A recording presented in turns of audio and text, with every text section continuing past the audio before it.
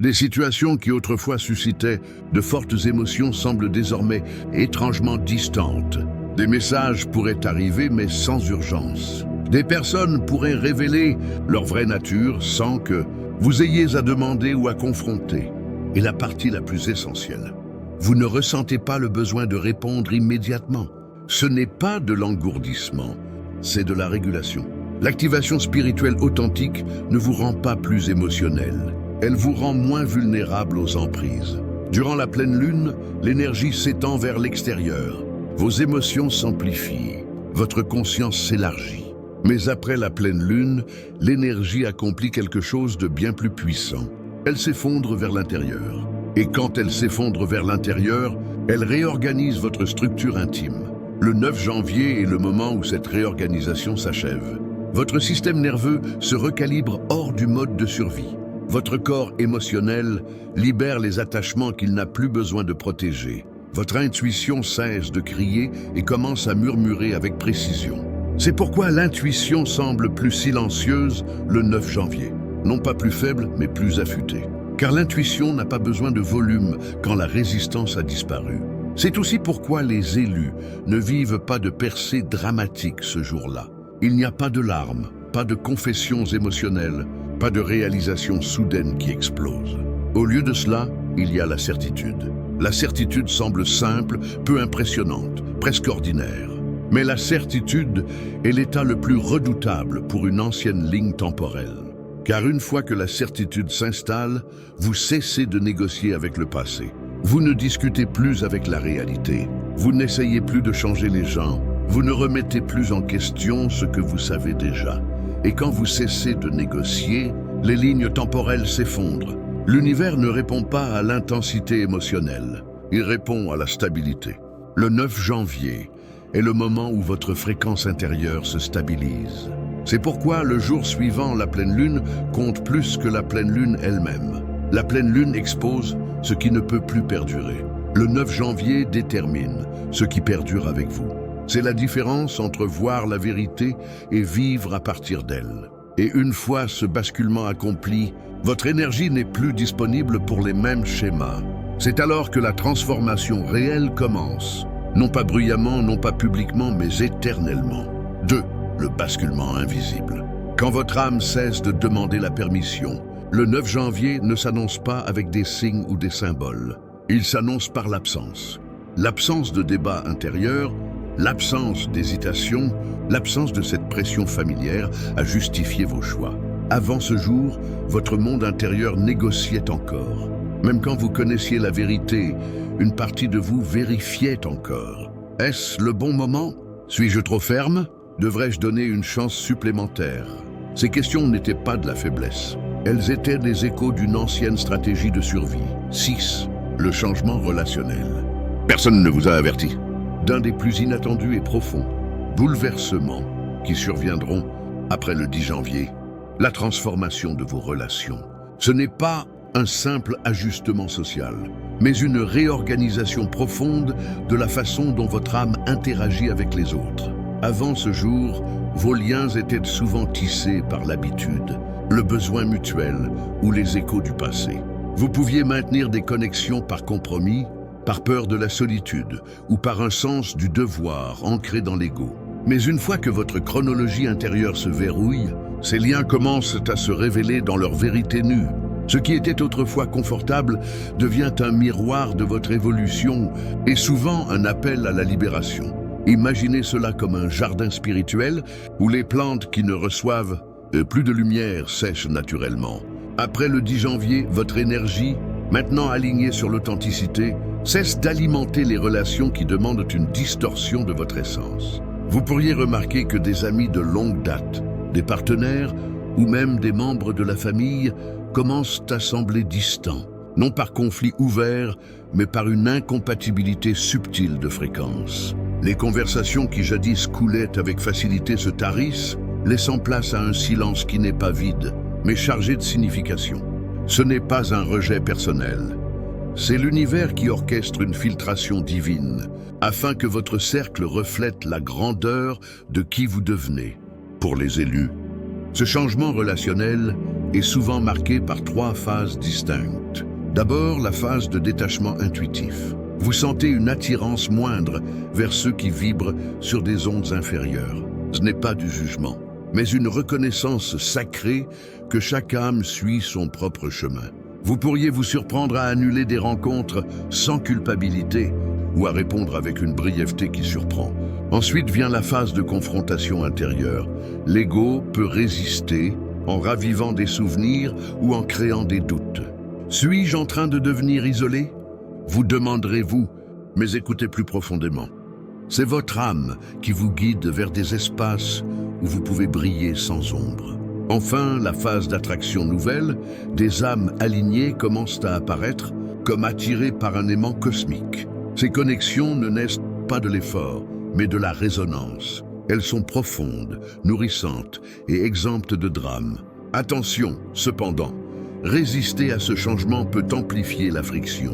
Si vous tentez de forcer une relation à perdurer par habitude, vous ressentirez une fatigue spirituelle, comme si votre énergie fuyait par une brèche invisible. L'univers, dans sa sagesse infinie, ne permet plus cela. Il ferme les portes qui mènent à l'épuisement pour ouvrir celles qui mènent à l'harmonie. Après le 10 janvier, vos relations deviennent un reflet fidèle de votre souveraineté intérieure. Elles ne servent plus à combler des vides, mais à amplifier la lumière collective. Et dans cette danse sacrée des âmes, vous découvrez que la vraie connexion n'est pas possession, mais co-création dans la liberté. 7. L'émergence de la vision intérieure. Une fois que les signes extérieurs s'estompent et que les relations se purifient, un don plus subtil se révèle, la vision intérieure, cette clairvoyance de l'âme qui transcende les sens physiques. Avant le 10 janvier, vous pouviez dépendre des synchronicités ou des rêves pour guider vos pas. Mais maintenant, votre conscience s'élargit, permettant une perception directe des courants énergétiques qui tissent la réalité. C'est comme si un voile se levait, révélant les motifs cachés derrière les apparences. Cette vision n'est pas une hallucination mystique, mais une faculté naturelle de l'éveil. Vous commencez à voir les intentions des autres, non par les mots, mais par les vibrations qu'ils émettent. Une conversation anodine peut révéler des couches de vérité non dites, vous permettant de naviguer avec sagesse. De même, les décisions futures se présentent comme des images intérieures, des flashs de clarté qui guident sans effort. Pour les élus, cette phase marque le passage de la dépendance extérieure à l'autonomie spirituelle. Vous n'avez plus besoin de consulter des oracles. Votre âme devient l'oracle. Cependant, cultiver cette vision demande de la patience. Au début, elle peut se manifester par des intuitions fugaces, des pressentiments qui se vérifient plus tard. Ne les ignorez pas. Elles sont les semences d'une conscience élargie. Avec le temps, cette vision s'affine, vous permettant de percevoir les leçons cachées dans chaque expérience. Imaginez marcher dans un monde où chaque rencontre est une révélation, chaque défi une opportunité d'élévation. C'est la promesse du 10 janvier, non pas une fin, mais l'ouverture à une perception divine qui rend la vie un poème vivant. 8. La maîtrise de l'énergie créatrice. Avec l'alignement intérieur verrouillé, une nouvelle puissance émerge, la maîtrise de votre énergie créatrice. Avant ce jour pivot, vos manifestations pouvaient être sporadiques, influencées par les doutes ou les désirs égoïques. Mais après le 10 janvier, votre âme assume pleinement son rôle de co-créateur avec l'univers. Ce n'est pas de la magie au sens vulgaire, mais une harmonie sacrée où vos intentions se matérialisent avec fluidité. Comprenez cela. Votre énergie n'est plus dispersée en réactions émotionnelles ou en résistance. Elle se concentre comme un rayon de lumière pure pour façonner la réalité. Vous pourriez remarquer que des opportunités alignées surgissent sans effort, comme si l'univers conspirait en votre faveur. Un projet longtemps rêvé prend forme, une abondance inattendue afflue, des guérisons intérieures s'accélèrent. Mais cette maîtrise exige une vigilance. Toute intention teintée d'ego, comme le désir de contrôle ou de reconnaissance, sera redirigée. L'univers vous enseigne que la vraie création naît de la plénitude, non du manque. Pour les élus, cette phase est un appel à l'intentionnalité. Commencez chaque jour par une méditation où vous alignez votre énergie avec votre vérité la plus haute. Visualisez non pas ce que vous voulez posséder, mais l'essence de qui vous êtes. Et observez, la réalité se plie à cette vibration. C'est le secret des anciens sages. Non pas forcer le monde, mais l'inviter à danser avec votre âme. Après le 10 janvier, vous n'êtes plus un spectateur de la vie. Vous en êtes le poète inspiré. 9. L'intégration des ombres. Aucun éveil n'est complet sans affronter les ombres. Ces aspects refoulés de l'âme qui émergent avec force après le verrouillage de la chronologie. Le 10 janvier marque non seulement une élévation, mais aussi une descente dans les profondeurs, où les peurs anciennes, les blessures non guéries et les illusions se révèlent pour être transmutées. Cette intégration n'est pas une punition, mais une bénédiction. Imaginez votre âme comme un diamant.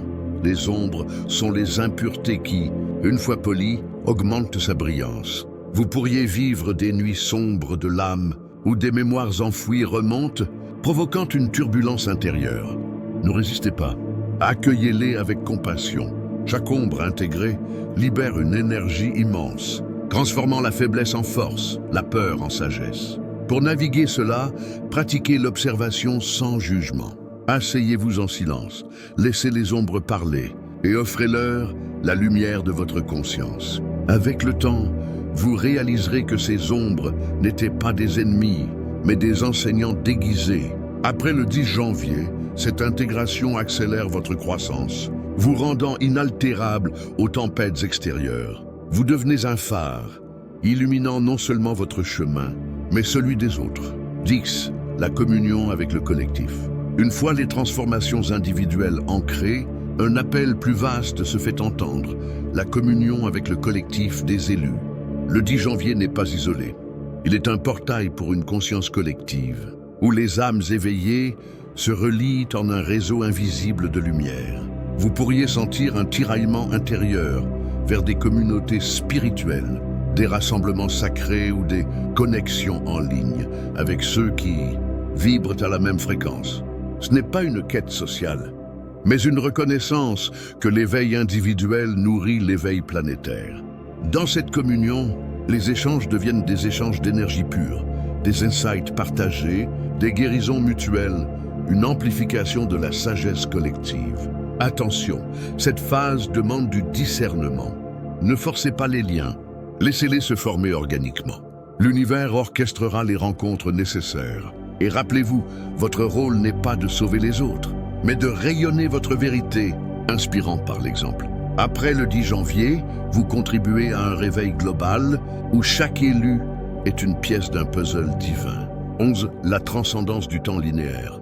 Avec l'éveil approfondi, une perception nouvelle émerge, la transcendance du temps linéaire. Le 10 janvier verrouille non seulement votre chronologie intérieure, mais dissout les illusions du passé, présent et futur, révélant l'éternel maintenant. Avant ce jour, le temps vous emprisonnait dans des regrets ou des anticipations. Mais maintenant, votre âme perçoit le temps comme un flux fluide, où chaque moment contient l'infini. Vous vivez plus pleinement, libéré des chaînes temporelles. Les leçons du passé se intègrent sans poids. Les visions du futur guident sans anxiété. Cette transcendance apporte une paix profonde. Les décisions naissent de l'instant, alignées avec l'éternité. Pour les élus, c'est un don. Vivre comme si chaque souffle était une prière, chaque action une offrande à l'univers. 12. L'harmonisation avec la nature cosmique. Enfin, après les shifts intérieurs, vient l'harmonisation avec la nature cosmique. Le 10 janvier ouvre un dialogue sacré avec les éléments, les étoiles et les forces primordiales. Vous sentez une connexion accrue avec la Terre, l'eau, le feu, l'air, non comme des ressources, mais comme des alliés vivants. Les promenades en nature deviennent des méditations où les arbres murmurent des secrets anciens. De même, les cycles lunaires et solaires influencent votre énergie, vous guidant vers des rythmes naturels. Cette harmonisation guérit le corps et l'esprit, alignant votre vibration avec celle de l'univers. Pour les élus, c'est le couronnement, devenir un avec le tout, un canal de lumière divine dans le monde manifesté. 13. La célébration de l'éveil accompli. Au-delà des transformations, le 10 janvier culmine en une célébration de l'éveil accompli. Ce n'est pas une fin, mais un commencement éternel où vous honorez le chemin parcouru avec gratitude. Pratiquez des rituels simples, une prière de remerciement, une danse solitaire, un partage de sagesse. Cette célébration amplifie votre lumière, attirant plus de miracles. Rappelez-vous, élus, vous n'êtes pas seul. L'univers chante avec vous, dans une symphonie infinie de croissance et d'amour. 14. Les défis persistants et leur transcendance. Même après le verrouillage, des défis persistent, testant votre résolution. Ces épreuves ne sont pas des obstacles, mais des invitations à approfondir l'alignement.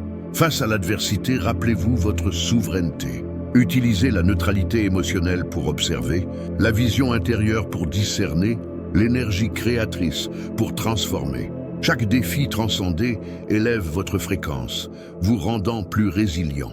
15. L'appel à l'enseignement subtil. Avec la maturité spirituelle, un appel surgit.